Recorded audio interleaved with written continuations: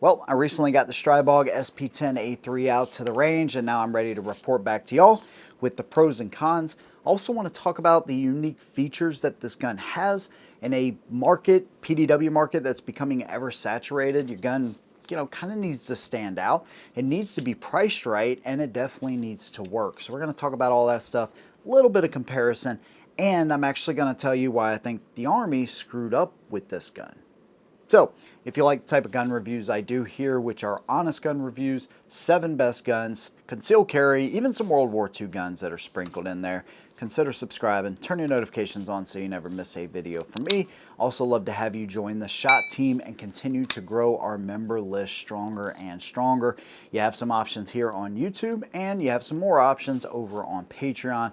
Love to have y'all join the SHOT team. Let's go and get into it. Now, one thing I want to do right off the rip is thank Gun Zone Deals and A3 Tactical for making this review possible. Both of those companies I've worked with in the past, and big thanks to them for like I said, hooking this one up. Now, the A3 Tactical, I've used this specific brace on a number of guns that I have. Actually, most recently, the CZ Bren 2 MS. This is a totally modular brace, right? So whenever you look at this thing, you're like, man, that looks really wild and different. Well, that's kind of what it is. Not only does it fold from side to side, you can flip it from right to left, but it also has M-LOK on the middle. It has a 1¼ inch drop, this one specifically, so you can flip it upside down. You can also have it where it drops down like mine does right here. Of course, we have the stabilizing brace on the back, and then the Xeno cheek riser, which you can adjust depending upon the sight that you're going to run on there. So totally adjustable. And then their angled foregrip, kind of a minimal design, but it does exactly what it needs to do. So overall, I really like this setup, and I think it just looks, first of all, it just looks freaking awesome. So anyways, big thanks to those guys. Let's go ahead and talk about the features here really quick. So we have an 8-inch threaded barrel that's a 9/16 by 24.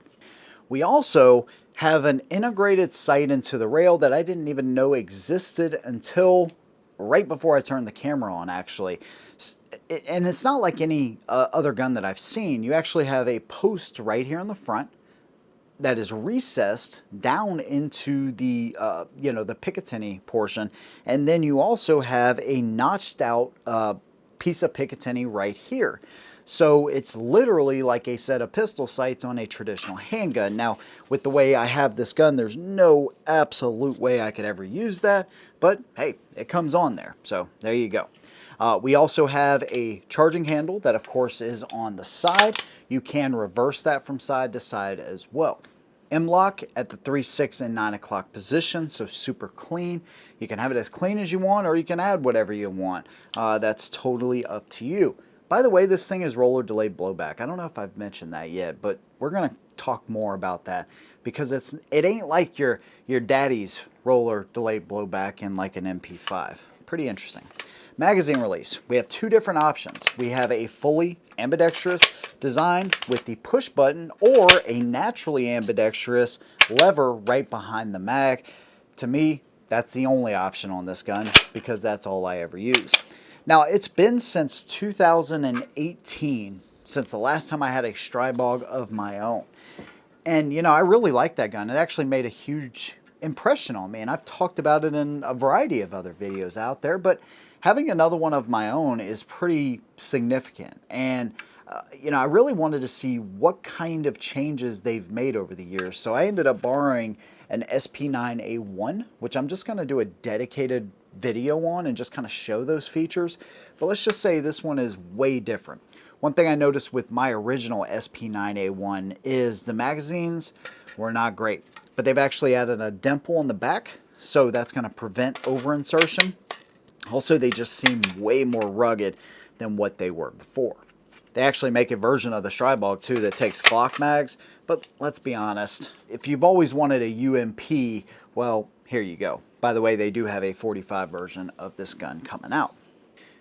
We also have some AR components in here, specifically the trigger. So that's another kind of, notch in the positive direction. I don't want to give too much away as far as pros and cons, but when it takes common components, especially AR components, you're going to win a lot of people over with that. So bolt release right here on the side, on the left-hand side of the gun.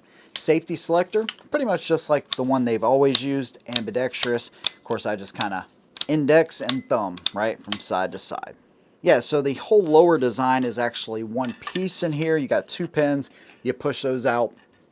You can take the lower off, and then the upper, of course, your buffer and, you know, bolt assembly, all that stuff is going to come out of the back.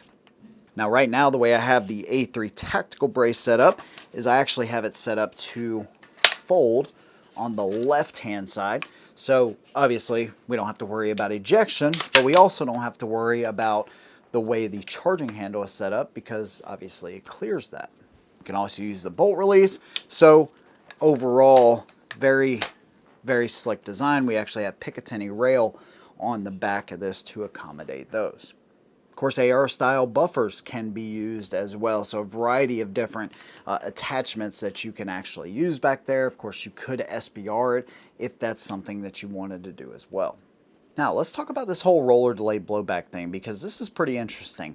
One of the things that intrigued me the most, and I'm sure y'all as well, we actually have a 2-piece bolt design, if you will. We have the main part of the bolt, which is this whole back housing, right? It has our extractor, all of that good stuff. And then we have this front part right here. This front part actually has a recess that's built into it. And when you mate these 2 pieces together, our roller is actually like a roll pin almost. Of course, it's more than a roll pin, but you get the idea. But that's what our actual roller is in this gun. Now, before I took it out to the range, I'm looking at this and I'm thinking, there's no way this is actually going to... I didn't think it wasn't going to not work, but I didn't think it was going to do the same thing as the rollers as what's on the SP5. The SP5 seems a bit more complicated to me for sure. This is very simple. So, and let's just say when I took this out the first time, I was actually blown away by how smooth this 10mm is, and of course how satisfying the 10mm is to shoot when you connect with steel. And this one, overall, just a soft recoil, chugging right along. That's kind of the best way I can think to describe it. Whereas I had more of a sharp impulse on the SP9A1. So, overall, when I shot this one compared to the 9mm, it was kind of interesting to see that the 9mm, I just felt a little bit more sharpness, I guess, in my shoulder, where this was just a smooth, just kind of chugging along and just knocking the heck out of those steel targets, man. It was pretty freaking awesome, dude. So it ran well. That's good to see. I know the SP9A3s had some issues when they first came out.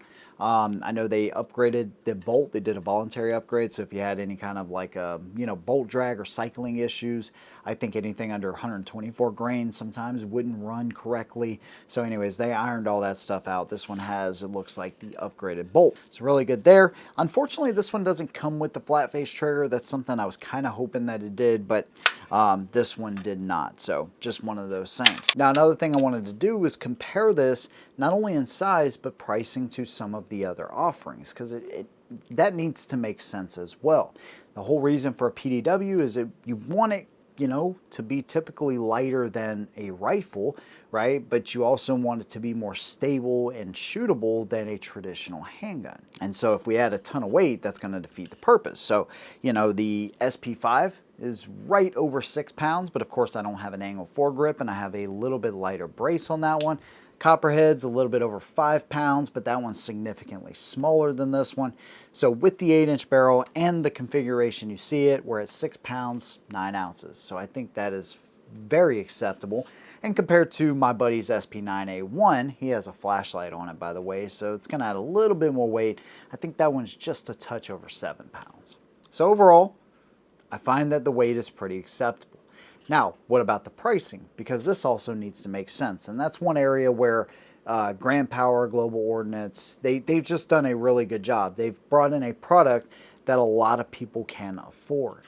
Now, it's not as cheap as what I bought my very first SP9A1 at. I think that one came with 3 magazines with the brace, and I want to say it was maybe 750 or 800 bucks. That was actually a screaming deal, at the time.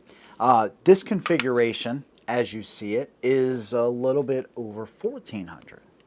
Get it without the brace, right around $1,200. So overall, yes, they have come up from some of the older models, and of course the older models, you know, are going to be cheaper.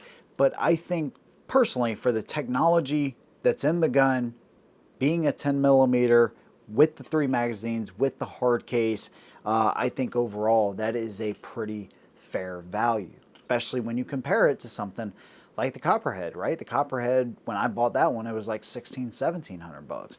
The SP5, I don't even really want to talk about that because that one, you know, is like $3,000. B&T, you know, 2,500 bucks without a brace, you know, $3,000 with a brace. So overall, I think the pricing is really good considering that its other roller delayed blowback competition, you know, is double the price of what this actually is, you know. And this is also a gun that you can use, you know, if you need something a little bit more than a pistol, less than a rifle type of situation. So maybe a truck gun would actually be a pretty good role for this because it's overall small compared to a rifle, of course. Home defense, if you want to teach people how to shoot, this can be a great option. You know, a gun you take to the range simply, you know. But I think home defense and truck gun is where this one fits in the best. So, working the controls, super simple. Really like the paddle style release. I think that is an excellent addition to this gun. Of course, we have that UMP styling. Overall, safety selector works as it should. There's plenty of upgrades for this type of stuff too, if that's something you wanted to put on there. Another thing I really like about this one is the bolt. So specifically, when I was referencing, you know, did the Army kind of screw up with this gun, they chose the B&T over the Grand Power. And of course, that was the SP10A3. But one thing I really like about this gun, not only is it, again, half the cost of the B&T, but I like the stroke on this one. Sounds kind of weird, but, you know, sometimes with some of these guns, specifically the B&T, it's such a short stroke, I almost feel like you don't get the full action on it, or it almost kind of makes it harder to manipulate in a way. The Chris Vector is another good example of that.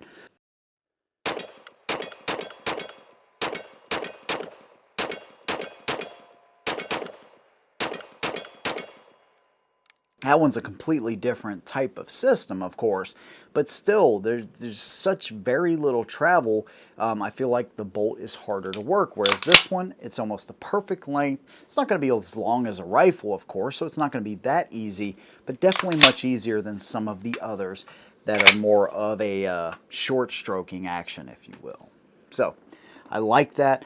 Again, the pricing is great. I think this magazine release, the lever style, is one of my favorites on any of these PDWs. And plus, I think it's almost necessary. So having that button that far forward, you know, if you wanted to use it, wouldn't be practical for me or most people, I think. But even then, I just disregard the buttons altogether. That lever is absolutely perfect. The sizing on it's good too. So, you know, a lot of these, you know, when we think about the Copperhead, it's a really small gun. Sometimes with those smaller PDWs, although they are more convenient, you know, you get your hand too close out there and it can be a little bit hard to manipulate that gun, or you maybe want to take a little bit extra caution. Sometimes taking in a little bit more weight, like what we have here too, will help with that recoil reduction, and, you know, of course the action is gonna, you know, do a lot of the work for you as well. And another thing that they have going for this one is there are a lot of people that have ARs, right? And so one thing they want is when they transition to a PDW or another type of rifle, there's quite a few people that just don't want anything that's different than an AR because their muscle memory already has this stuff ingrained. And so if you can get used to the side charging handle and maybe even using that lever, then your muscle memory for the most part will be the same because of course we have our bolt release on the left hand side and our safety selector is very familiar. Some of the cons on the gun, I think if we had some pistol sights that were integrated into the rail, but actually flipped up out of the rail, I think that'd be much more useful. You know, most people are going to throw some kind of a dot on here, and if you have any kind of riser on there whatsoever, I mean, even a triangular style SB tactical brace, I don't see very many people being able to get down there and actually use something like that. I mean, I suppose if you hold it out here, geez, I don't really know. I just think that'd be a much better setup. Also kind of wish they had the flat face trigger, not gonna lie. I think that would just enhance the uniqueness of the gun a little bit, but it does take AR style control, so that's something that you could always change out. And then I think the safety selector, just a little bit, it's just like the one that they've been using on the guns. Just kind of something that I was hoping that they were gonna upgrade. But at a price that a lot of people can afford and things that you can easily kind of change out, I think overall this thing is a winner. If I had to grade it in the PDW market, considering that it's one of the few 10 millimeters out there too, I think I'd be looking at like 9.25 right now on the scale. That's pretty freaking high. But again, the value, $1,500 is nothing to sneeze at. But when you consider everything that comes in the gun, I think they did a pretty bang up job. So I'm kind of excited to see what else Stribog comes out with in the future. And of course, if we end up getting those, I will review, compare, whatever you guys want to see. So if you like this video, again, make sure you drop a like on the video. And if you're not subscribed, go ahead and do that. Turn your notifications on. And again, I'd love to have you guys join the SHOT team. Big thanks to you guys. See you in the next one. And as always, hold them down.